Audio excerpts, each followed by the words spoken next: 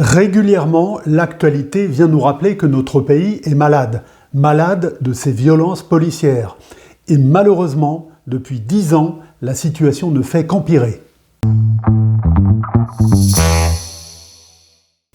Voici la scène qui a été filmée il y a quelques jours, rue Bichat, à Paris, par un habitant d'un immeuble voisin. Un homme est interpellé violemment par les forces de l'ordre.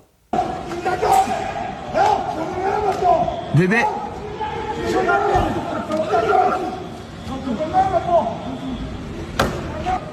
Il tabasse un gars en bas. Il le tabasse.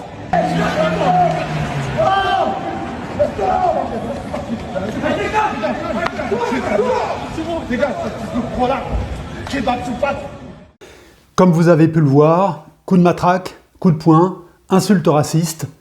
L'IGPN, l'Inspection Générale de la Police Nationale, la police des polices, a d'ailleurs été saisie d'une enquête.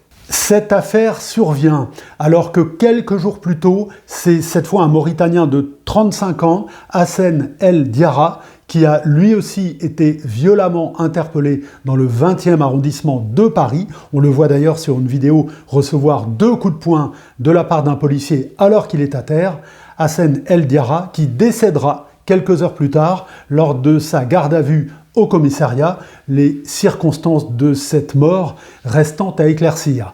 Une information judiciaire a été ouverte pour violence volontaire ayant entraîné la mort par personne dépositaire de l'autorité publique. Au sujet des violences policières en général, voici ce que déclarait Éric Zemmour le week-end dernier sur BFM TV. Moi, en France, je défends systématiquement la police.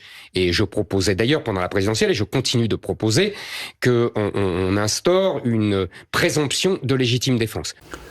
Une position presque unanimement partagée à droite et à l'extrême droite, si tant est qu'on puisse encore faire la différence entre les deux.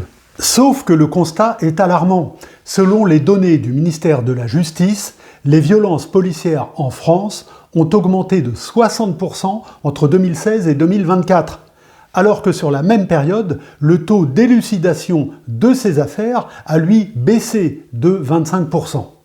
Selon l'ONG Flagrant Délit, spécialiste sur les violences commises par les forces de l'ordre, l'impunité policière s'accroît. L'ONG a d'ailleurs publié fin 2025 un rapport « Police des polices, pourquoi il faut tout changer ?»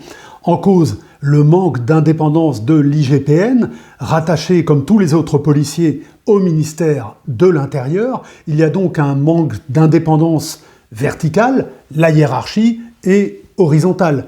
Difficile d'enquêter sur des collègues. Alors oui, policier, ça n'est pas un métier facile.